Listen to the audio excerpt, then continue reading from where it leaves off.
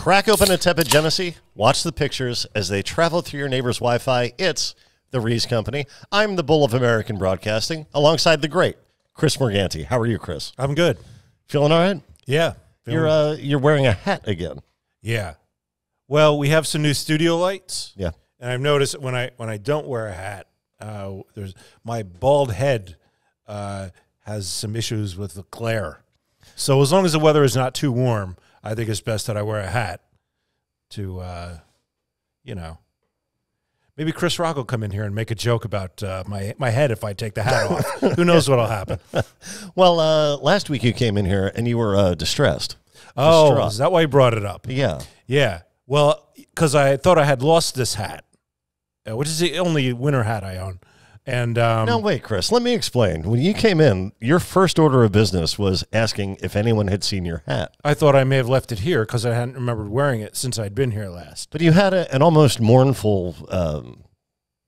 It can be hard to find a good hat.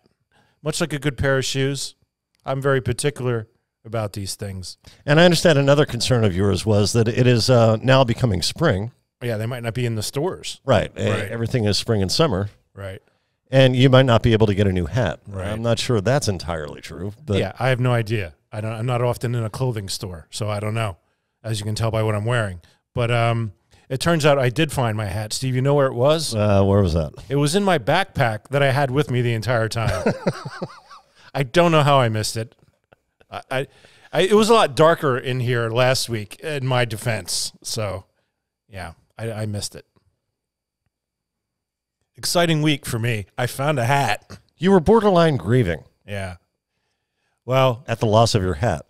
I did get a new computer game this week. Speaking of exciting things that happened, it was on sale for 74 cents. So I thought, well, there's a bargain I can't turn down. Sure. And it was a racing game. You know, I like to play racing games. You know, I'm a big fan of the sport. And what I didn't know, it's called Street Racing Syndicate. I believe it came out in like 2004. When I say new, I mean new to me. Otherwise, why would I be getting it for 74 cents? It's obviously an older thing. But Now, what are you playing this on? What is the console? No, it's not a console. My computer. Oh, it's like a PC game. Yeah, PC game. All yeah. right. But it was on like PlayStation and Xbox as well.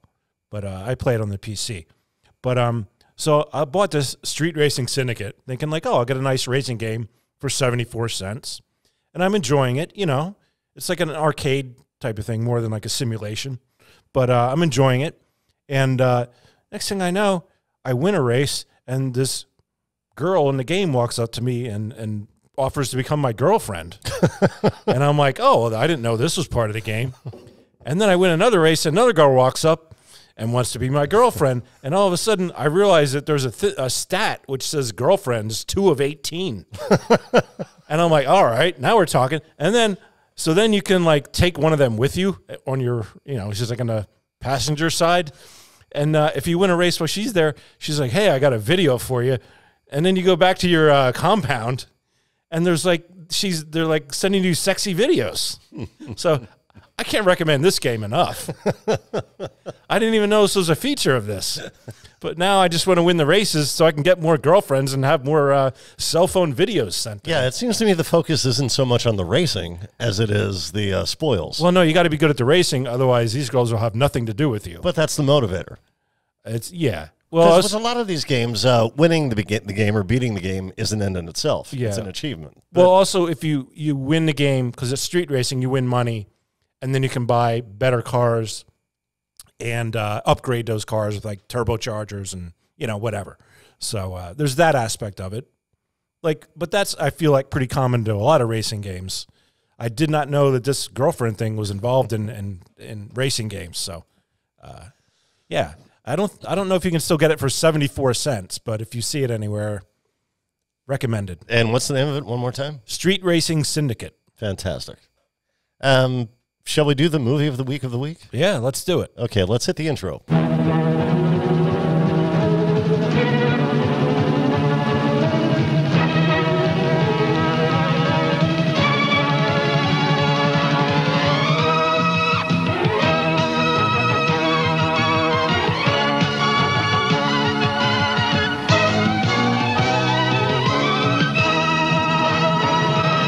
This week's movie of the week is Working Trash. It aired on the Fox network on November 26th, 1990. And it stars, Chris, two comedy legends. Well, one comedy legend and an A-list actor, I would say. Right, but who made his bones and is well known as a comedic actor. reliable comedic actor. Yeah. One is George Carlin, who at this point had already achieved legendary status as a stand-up, but he always wanted to be known as an actor. So I guess being offered this role in this TV movie kind of played into that fantasy. And his co-star is the guy you made reference to, Ben Stiller. Ben Stiller. Still fairly unknown, Yeah. but fresh off his short run of 4 episodes as a featured player on SNL. Oh, I didn't even know he was on that show. Yeah, very briefly. Okay. Now, wasn't he part of another sketch troupe in the 90s that became like, man, I'm forgetting the name of it. No, I know what you're talking about, and that's what's interesting about this casting, because both of these men would have their own eponymous shows on the Fox network Oh, okay. in the coming years. Carlin's was a sitcom. Really? Ben Stiller's was a sketch show. Okay. That's what I'm thinking of then. Yeah. And other present and future stars of the network also make appearances. It was directed by a man called Alan Metter. Are you familiar with his of? No. Yeah. Kind of has a dubious resume. Really? Yeah. There's a Police Academy movie, like a late Police Academy Yeah, movie. you want to be early in that There's an franchise. Olsen Twins film. Oh, boy. But he also made the Rodney Dangerfield masterpiece Back to School. Oh, okay. All right. So he's at the helm. It's a mixed bag then. It is. There's also very little information on this film out there. There's a sparse Wikipedia article, and as I say, I don't like to rely too heavily on that, but if there's something in there worth mentioning, I like to bring it up on the show. Okay. The Wikipedia article contains this note about George Carlin's character, whose name is Ralph. It says, referred to as Ralph Sawatsky in a scene at the end of the film. Now, let's take a look, Chris, at the first scene. Okay.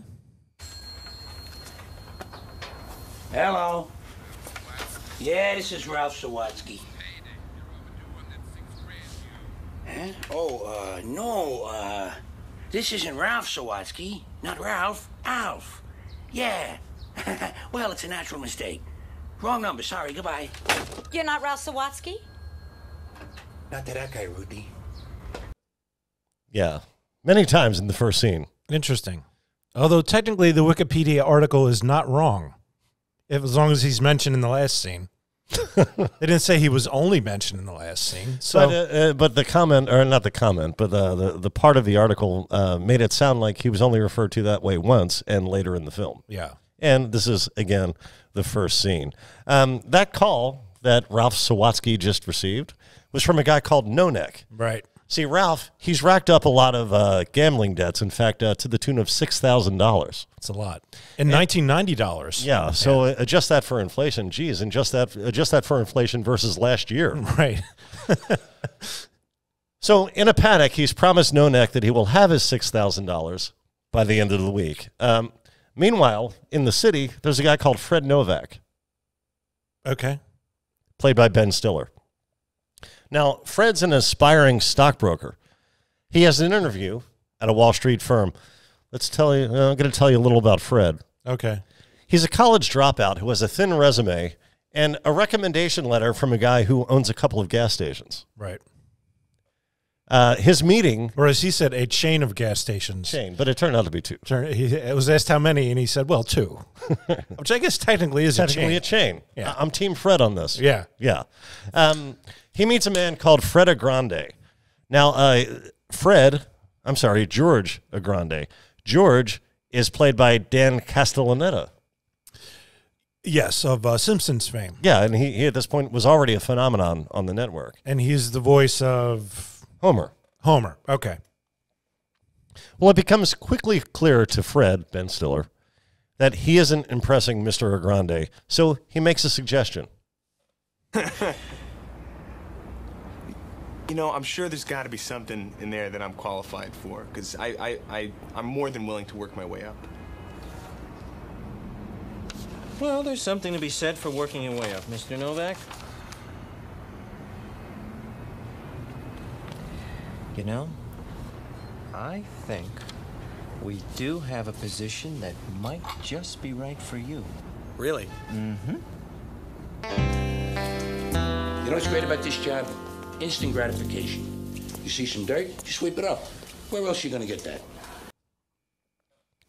Why wouldn't he just try another firm? Well, because he's a college dropout trying to make it as a Wall Street broker. But he got this interview. Yeah, but obviously under false pretenses. I mean, it's obviously the guy had not seen his resume before from the scene, you know. Like you need like, because this will help put the whole movie in context, particularly the ending of the movie. They only hire people for these types of jobs. Like you can't just even be a college graduate. You went to like Harvard or something, or you come from money, or like you generally don't just walk in off the street, you know. You were top of your class in a very good school or something like that. It'll come into play later. You'll see. Okay. Well, this whole notion of working your way up, it's very noble, but in this case, it's a fallacy. Yeah, I don't think it's happened very often. No, I mean, in a lot of cases when it comes to your career, yes, you have to start at the bottom. But that bottom should be the bottom of the business you intend to conquer. Yes, it should be in your career path. Yes. Yeah.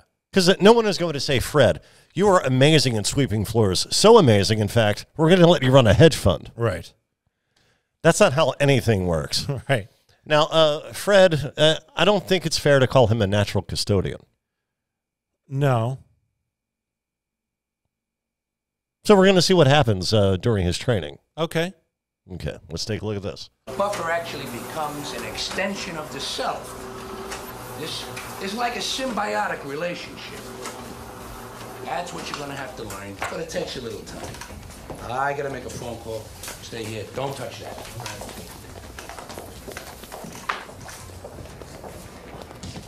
Hello, Eddie. Wow! Eddie. Yeah, this is Ralph Sawatsky. Sawatsky from the There track. it is again, twice. Yeah. Well, a thin name guy, again, balding, right. real handsome. Right. Listen, how's Claire? You see a lot of slapstick Oh, antics geez, I'm going sorry on to in the hear that. background here. Oh, my Yeah, God, yeah. yeah. Oh, well, if I'd have known, I would have sent And flowers. the reason I wanted to include this clip is because you might Where's think, your dog? well, this seems a little bit exaggerated, and I don't know how long we want to let it go. I think we all see what's coming when the big boss is walking down with a big pile of papers in his hand, Right. walking past the guy doing wacky buffing. It ends exactly how you would expect it to. But Steve, have you ever used one of those machines? I haven't had the privilege. I actually have, and you would think that's wacky slapstick, but that's actually generally what people do the first time they use one of those machines. They are that out of control, and George Carlin is right. You just have to let the machine do, like, you can't really control it. Like, you let it have a mind of its own and just gently guide it. There's a skill to it. So I thought that was interesting because that actually does. I've seen people do that the first time they try to use one of those. So slice of life. Yeah. Well, a point for that, I'd say, right? And actually, George Carlin was not. If you watch it again, you'll see he wasn't keeping it flat. So he wasn't doing it right either. Right. So he didn't. He obviously probably never used one before he got on set for this scene. So there you go. So, Fred does have a mishap with the buffer. Yeah. That results in, as you hinted at, he bowls over a senior vice president at the firm called Judd Kimbrough. Okay. At the end of the day, Ralph introduces Fred to another janitor called Big Dan. And Big Dan is played by top stand-up comedian George Wallace. Let's take a look. The governor of great state of... no? Okay. Hey, Big Dan. Like you to meet Freddie Novak, newest member of the Mr. Clean team. Hey, man. I heard what you did to Kimbrough today. I like you already. That guy's got the charm of a pit bull. Hey, let's not be insulting the pit bulls, all right? Okay, so you have a scene with George Carlin and George Wallace, and you don't have them talk to each other about stupid phrases people use? Well, you'll thank me later for this. You'll thank me in a bit. I've cut a little something together. Let's take a look at what this scene could have been, Chris. Oh, okay. Great. You know, we have a lot of expressions in the English language that we use all the time. Most all of us use them every day, and we never seem to examine them very closely. You know, we just say them as if they really made sense. Like, legally drunk. Well, if it's legal, what's the problem? Leave the guy alone. He's legally drunk. Who comes up with these phrases? I was driving here tonight, I was thinking about the phrase, screw you and the horse you rode in here on.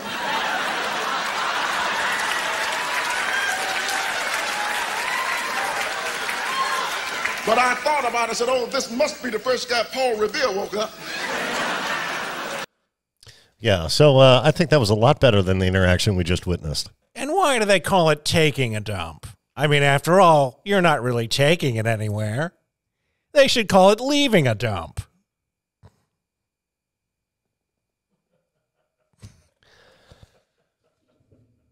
So the president of this firm is called Vanderveer Lodge. He's played by Buddy Ebsen. Now, you know Buddy Ebsen. Woo, doggy. Right. And for the younger viewers, he would be The Beverly Hillbillies. Yes. He was the patriarch of the family, I believe. Jed Clampett, indeed. And let's see something here. Oh, and Mr. Kimbrough, he'd like to speak with you. Tell my nephew to send me a memo. This is I do not understand her character at all. Shredder vibe. Is it the accent? Mr. Lodge, you know that new machine? It almost bit off my hand yesterday. Good, good. We paid enough for it. Yeah, I mean, that's actually a very confusing scene. Her number one, her character is entirely defined by her fear of the Shredder. Yeah. She has no other role in this movie. But from there, you'd get the impression that that boss that she's talking to is a real a-hole.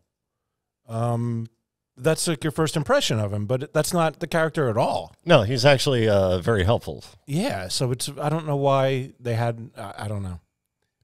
Maybe he misunderstood. Maybe because he's old, he misunderstood what she's saying. Because there are other scenes, and we're not going to see any of these, but where he misunderstands what people are asking him. Yeah, okay, I guess in that way it was fitting with his character. Right, right. Yeah, it just came off the wrong way. Right. Okay, all right.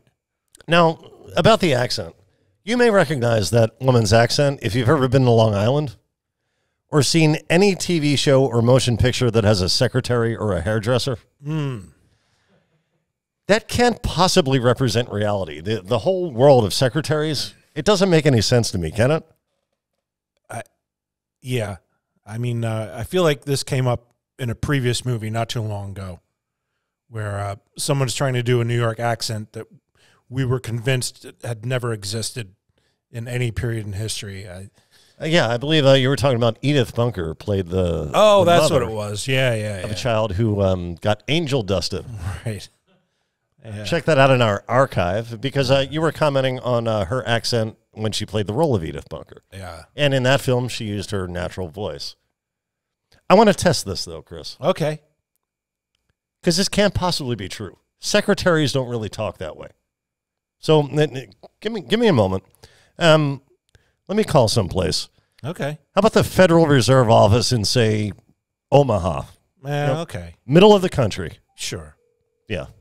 Let's see.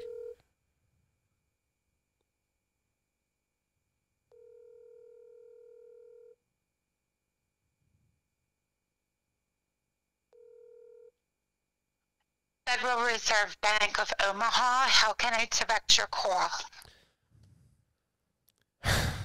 I mean, that kind of blows your theory right out of the water, doesn't it? I guess that's me told. Yeah. All right. So the secretary is afraid of the shredder, so she's instead putting sensitive documents right into the trash fully intact. Yes. Yeah. So Ralph saves a file marked confidential. You know, yeah. And you could gloss over this whole plot point because it seems inconsequential, but it turns out to be the kind of the linchpin on which the whole movie depends upon. So, yeah. Right, Yes, but they're not able to shred their documents. Is a crucial part of the this entire woman plot. is unwilling to shred the documents because she's afraid of the shredder.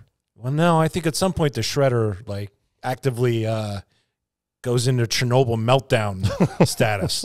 So I don't know that it's her fault at all. But the initial reason Ralph saves that confidential file is for the purposes of hot office goss. I say hot goss now, Chris. Yeah, I've noticed. Okay, let's take a look at this. What's that? Confidential. Shredder. I've been saving this.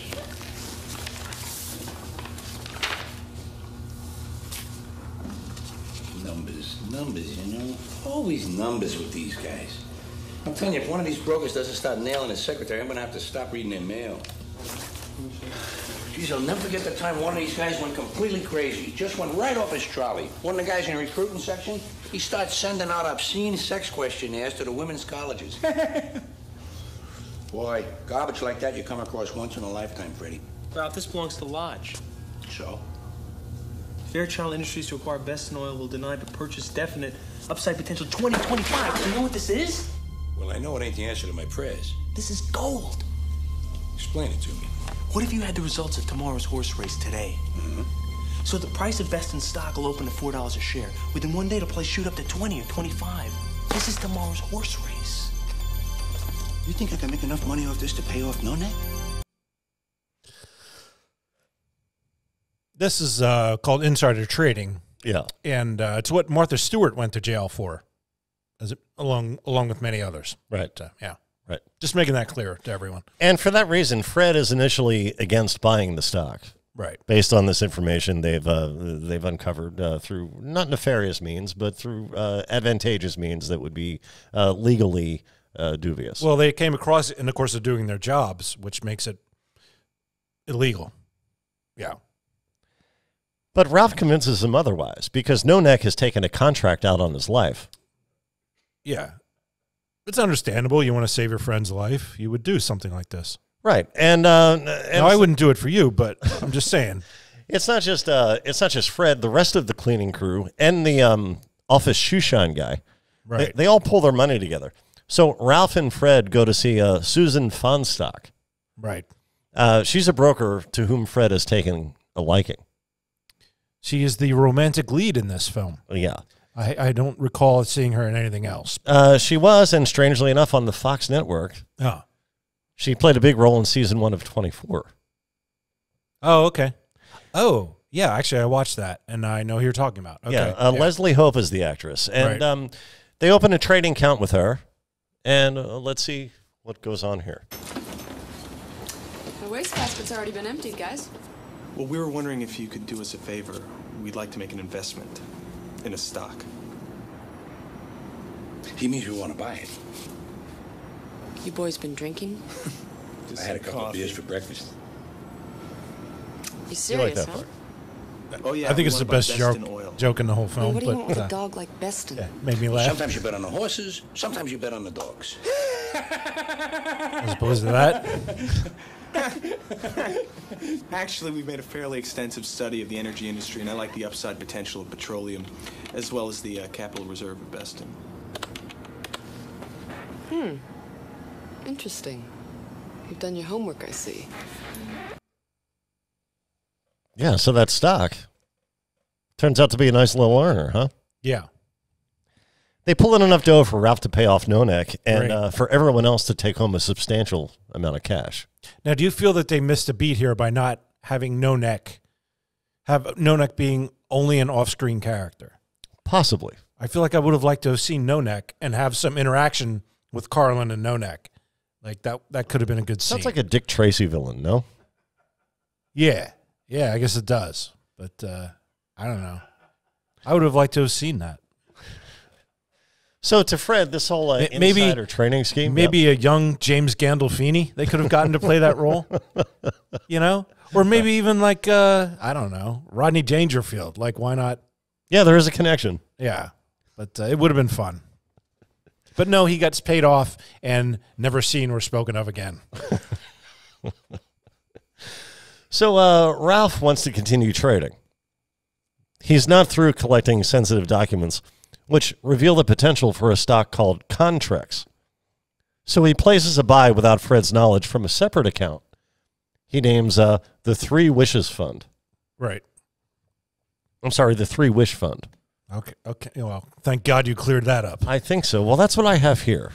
Okay. Well, I think you may have been right the first time, but I guess we'll find out. Three Wishes would make more sense, but what I have here is Three Wish, so I don't know. Well, I think we'll find out.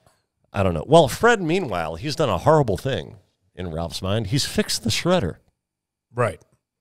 So, the secretary goes back to using the shredder. So none of the documents are being allowed to just go right into the bin. So Ralph panics over this, and that reveals to Fred that Ralph has again been using confidential documents to continue making trades. So Ralph convenes the beneficiaries. You want to say that word for me? Beneficiaries Thank of you. the Three Wishes Foundation. Yes. Well, it's fund, not foundation. Which are just a bunch of down on their luck people, the other janitors and other people he knows. People in the building who have other menial jobs. Well, no, but it's also like the local nunnery, whatever you call that. Yeah, but one of the women who works, I guess, in the kitchen or something, she brings in. She's active in her church. Right. Oh, okay. Yeah. So, well, we're going to see all these people who have been helped. Oh, great. By the largesse of the Three Wish Fund. Fantastic. Oh, ladies and gentlemen, this is the real brains behind the Three Wish Fund, Freddie Novak. Oh, you were right. Yeah. All for them. I'd like you to meet my daughter Trish. She's going to be Wait, was that? Did I just see Meredith Baxter Burney in the background? Freddie, come on down. I want you to meet little Big Dan here. The kids at school were calling him Bugs, but look at him now. I got braces. Look, thanks. And guess what, Freddie?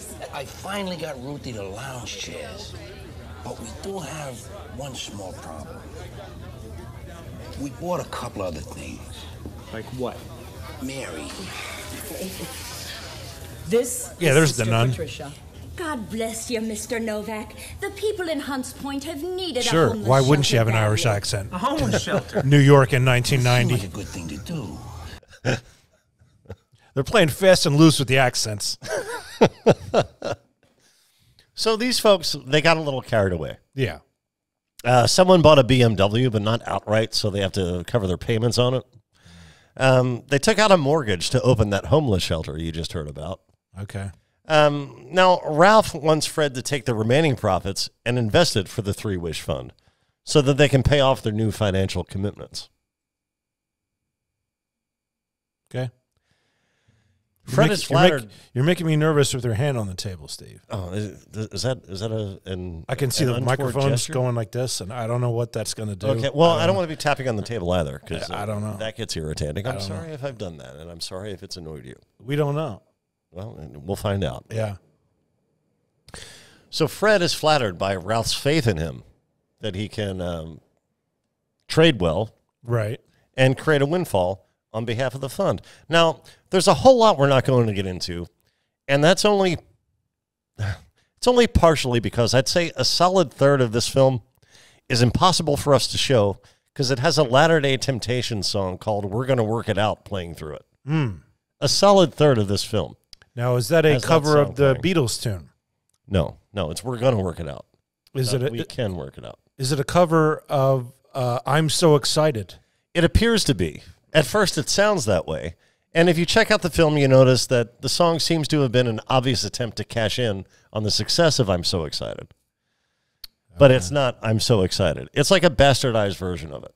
But if I remember correctly, and I was very young at the time, but I believe "I'm So Excited" was like 86. There's probably an 8-year gap between the success of Okay. that song Yeah, and this yeah, one, yeah. but I'm not sure when the Temptations did their,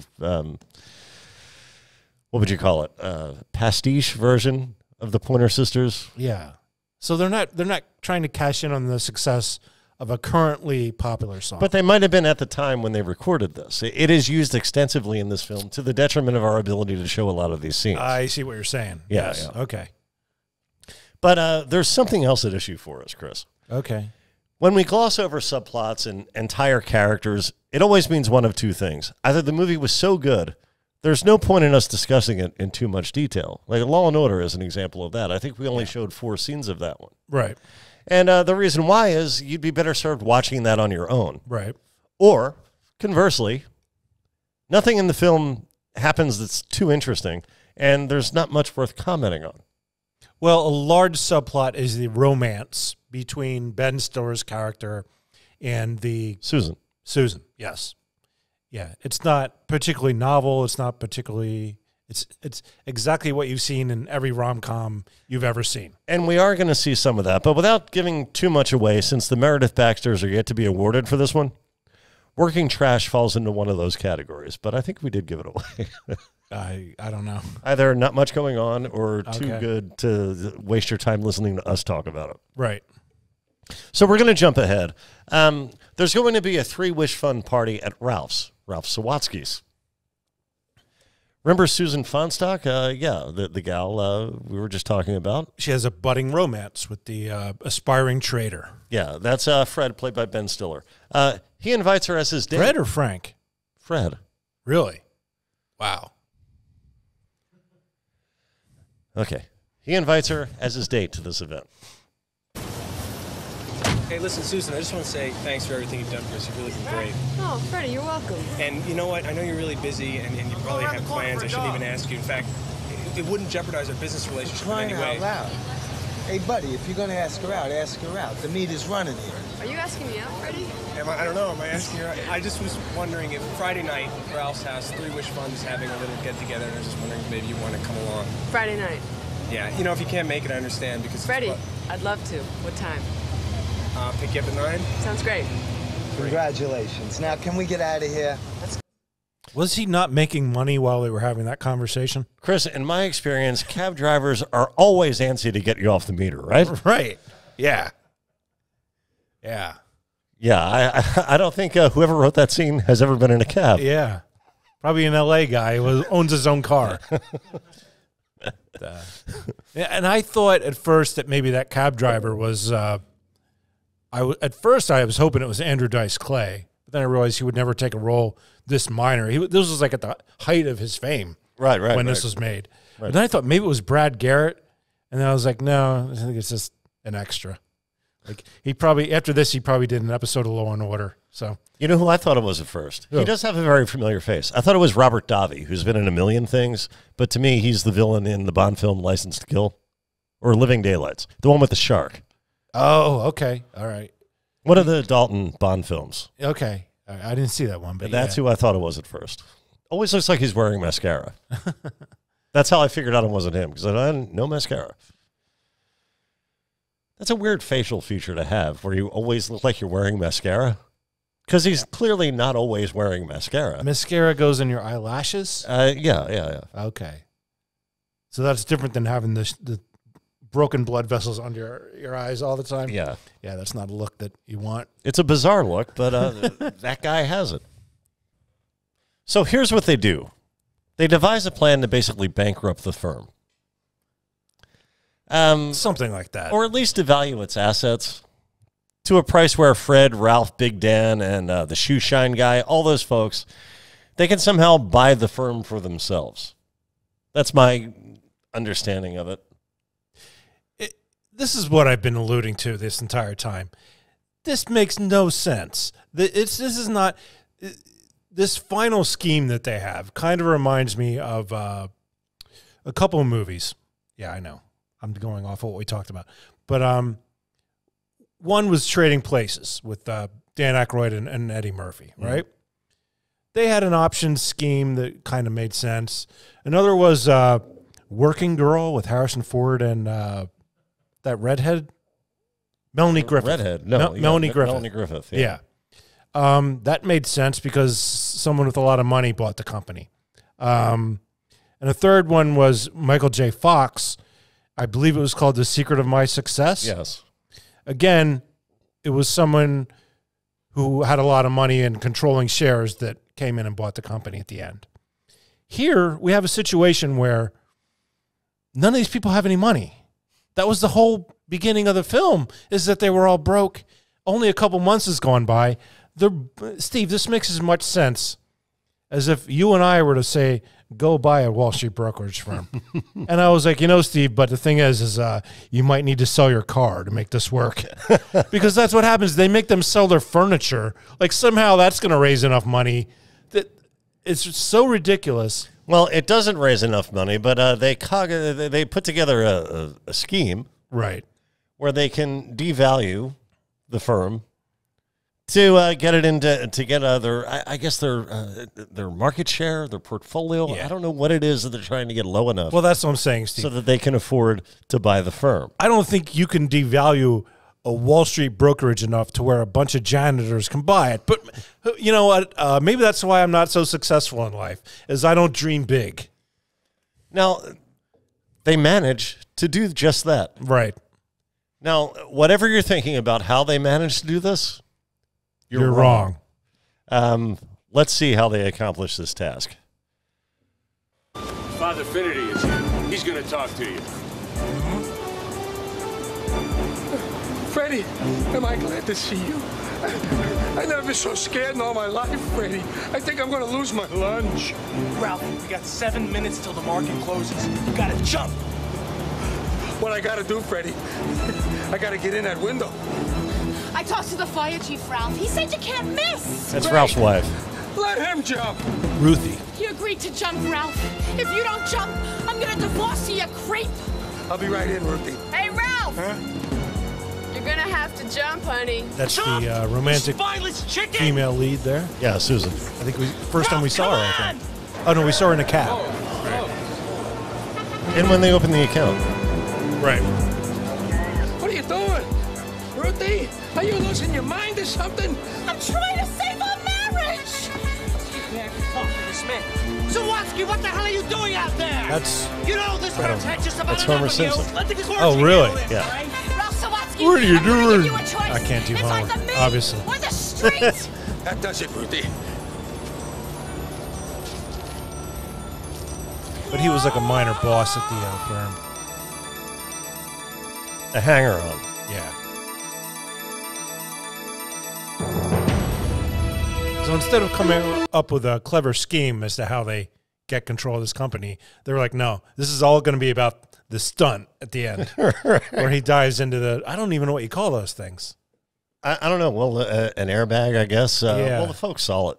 Yeah. But in fairness, when he first steps out onto the ledge, he starts shouting out down to the crowd that the brokerage firm bankrupted him right with their subpar investments. Right. And that's why he was going to commit suicide. Yes. So people started selling shares of the firm, thus lowering their value. Yeah. Because of his accusations. However, so because the shares are worth less, that means the group of janitors buys all the shares? Like, I don't know, man. Well, they had to get the price of the value of the firm low enough so that they could afford to buy out. Right. And instead of the nephew buying the lowered shares to increase his share and protect himself, he's run out of money and is no longer able to loan money, is what he explains. Right. Yes. A Wall Street broker not able to borrow as much money as a group of janitors. All right. I've gone on too long about this. So I will say this, though. If you were George Carlin, now I don't know how old he was at this point, maybe in his 50s, I would say. Probably, yeah. Would you do this stunt? He didn't do that stunt. No, I know he didn't. Okay. But I'm thinking, I kind of feel like, maybe not in my 50s, but as a younger man, I feel like I would want to be the guy jumping onto that thing. It looks like fun. It does look like fun, yeah. Yeah. It's like a giant pillow full of air. It's like it's a bouncy house. A marshmallow. For an adult. Yeah. Yeah. All right.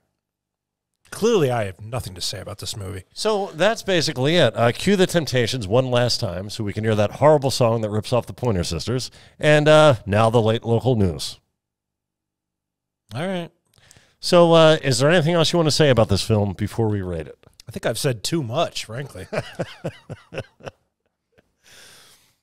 Okay, do you want to rate it first or shall I? I like the movie. The ridiculous ending, I'm going to drop it down from 4 to 3 and just go with a 3 Meredith Baxters. Wow. What did you like about it? There weren't like a lot of laugh out loud jokes. We played the one joke that I thought was funny, but it was just like a silly movie. It didn't bore me. It was all right. I haven't seen George Carlin in a movie other than Dogma, I don't think. So that was nice to see. Bill and Ted? I guess I saw that. Yeah, I don't remember him being in it, but who did he play? He played the guy who meets them in the time. I don't even remember. It's been a long time. I don't know. I only remember him in Dogma. But he plays a key role in those films. Yeah. Okay. All right. I'm giving it 3. Wow, 3. Well, I think that's pretty generous. Okay. And at 2 Meredith Baxters, I feel like mine is pretty generous as well. Really? Yeah. It reminded me of the major motion picture Screwed from 2000, which starred Norm Macdonald and Dave Chappelle, 2 of the funniest guys ever. So it should follow that on paper you'd have the funniest movie ever in that case. Right. With those 2 men as the stars of that film. There were some laughs in Screwed, but it turned out to be just another caper movie. I would say the same for Working Trash. Nothing remarkable here, just a reason. There's a reason I'm giving it 2 and not 1. Okay. And that's simply because I've seen most of everything George Carlin ever did. So it was fun to see him in something that was new to me. But that says nothing about the quality of this movie, just the artistic goodwill Carlin amassed during his life and career. All right. I mean, I'm surprised that you're rating it that low. I would like to go back and look at the movies you rated above this and compare them. The movie about the woman with the brain transplant, didn't you give that like 4 stars? I love that one. Yeah, that was Who is Julia? Yep. Mare Winningham. Okay. Fantastic performance. Quarterback Princess? Quarterback Princess, yeah. Helen Hunt. 4 stars for you. Fantastic. I don't know about that. I don't know either. Might have been 3. Yeah. I doubt 4. But in that case, Chris, anything you didn't talk about you might want to talk about? No. Okay, in that case, I think we did it. Thank you for putting up with us. You know, this was kind of a weird film, and it caused a lot of stress trying to put this one together as far as the commentary, because so little happened that was of note or even necessary to discuss. And you might say to yourself, well, guys, why not just pick another movie? There's kind of a point of no return when it comes to putting one of these together. Right. And by that, committed. Sorry. Go. You go. Yeah, Chris, you know what I'm talking about. Please describe it. I don't know that I do. Yeah, you do. That we only watch them 6 hours before the show? Is that what you mean? Well, no. I some of us, that's our tactic. Others, we watch it once early in the week. And then on show day, we watch it again to pull the scenes.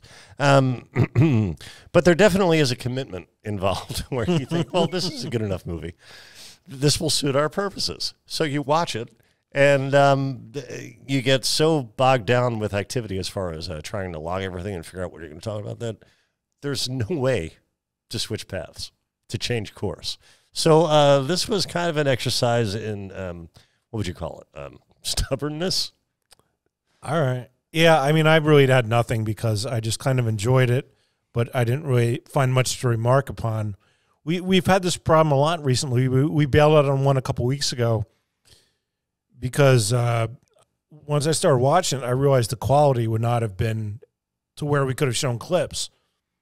So we had to bail on that one, and, you know, we could use some audience recommendations, frankly. And that's what I would like to have happen. I would like the folks who to tell us what made for TV motion pictures they would like us to discuss, because that would help tremendously.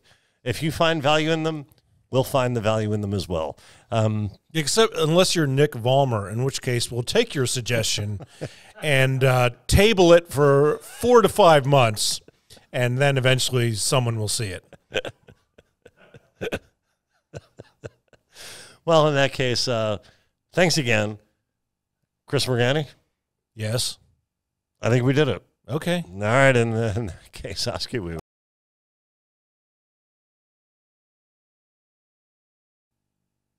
Let me try one more thing, just out of curiosity. Let me call the San Francisco Federal Reserve. See how this goes.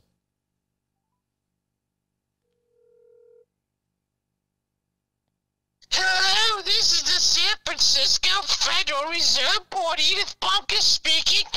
Oh, Archie, I don't know if I can do this job. The phone rings all the time.